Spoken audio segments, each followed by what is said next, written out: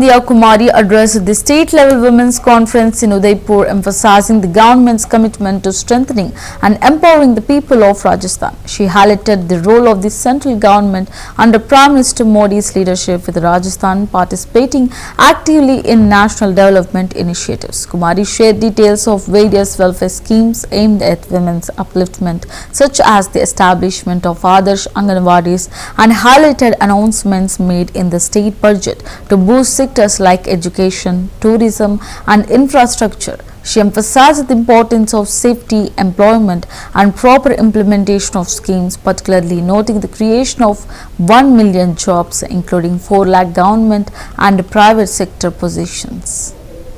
भी एक कार्यक्रम है तो सबको मजबूत करना, सशक्त करना, राजस्थान को एक अग्रणी राज्य बनाना और हर प्रकार से राजस्थान में सारी सुविधाएं लेकर आना।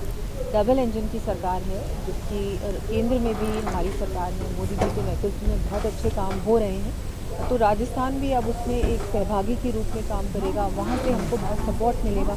तो बहुत सारी योजनाएं हैं जो विकास के काम है, वो और भी अच्छी तरीके से अब धरातल पर उतर सकें। तो आपके पास महत्वपूर्ण 4 विभाग हैं, किस तरह से आगे इन विभागों से योजनाएं मिलेगी? और आज का जो ये महिला सम्मेलन जो रहा है, वो आगे किस तरह से महिलाओं के उत्थान को लेके? देखिए, अभी जो हम लोगों ने आदर्श आंगनबाड़ियों की भी घोषणा की है, उन पर भी अच्छा काम हो रहा है। बजट में भी बहुत सारी घोषणाएं हुई थी, संकल्प पत्र में भी बहुत कुछ महिलाओं के लिए दिया गया था। वैसे ही मेरे विभागों में टूरिज़्म है, महिला बाल विकास है, PWD है या फाइनेंस है, ये सब एक साथ ही मिलकर हम लोग योजनाबद्ध तरीके से हर व्यक्ति को लाभ पहुंचाना और उसको लाभ भी पहुंचाना और ये भी देखना कि उसको लगातार वो लाभ मिल रहा है या नहीं मिल रहा। योजनाओं का अगर सही तरीके से एक जो वो होता है कि इम्प्लीमेंटेशन अगर हो जाए तो मुझे लगता है आधी प्रॉब्लम्स तो सॉर्ट आउट हो जाती हैं। कई बार व्यक्तियों को पता भी नहीं होता कि ये योजना का मैं लाभ ले सकता हूँ या ले सकती हूँ, तो वो भी एक इन्फॉर्मेशन जो होता है, सूचना, वो भी सही तरीके से सही समय पर पहुंचाना ज़रूरी है। सुरक्षा एक बहुत बड़ा इम्पॉर्टेंट मुद्दा है राजस्थान के लिए, रोज़गार इम्पॉर्टेंट है, वो हमने इस बार घोषणा भी की है मुख्यमंत्री जी ने बजट में कि 10 लाख जॉब्स मिलेंगे, जिसमें से 4 लाख गवर्नमेंट और बाकी प्राइवेट जॉब्स भी हम लोग उपलब्ध करवाएंगे। बहुत सारी चीज़ें हैं। शिक्षा भी हम लोगों ने इस बार ध्यान दिया गया है कि शिक्षा भी जितने स्कूल्स हैं वहाँ पर सही तरीके से पढ़ाई हो। ये जो बहुत सारी बिल्डिंग्स हैं जिनकी हालत सही नहीं है, उनको सही किया जाए।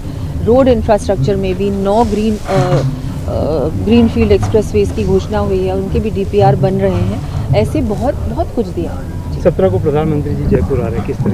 बिल्कुल, बहुत हम सभी के लिए सौभाग्य की बात है कि प्रधानमंत्री जी इस बार बहुत जल्दी वापस राजस्थान पधार रहे हैं। अभी जयपुर पधारे थे वो राइजिंग राजस्थान में, और अब दोबारा 17 को पधार रहे हैं। बहुत सबको उत्साह है कि वो मोदी जी पधार रहे हैं, तो बहुत कुछ वो हमको देंगे भी। बहुत सारी बड़ी योजनाओं का शुभारंभ भी होगा। बहुत खुशी की बात। धन्यवाद। ये थे उप मुख्यमंत्री दिया कुमारी, उनका भी साफ कहना है कि प्रदेश के सरकार का सिग्नल ज़्यादा था, बंद नहीं कर भी एक कार्यक्रम है तो सबको मजबूत करना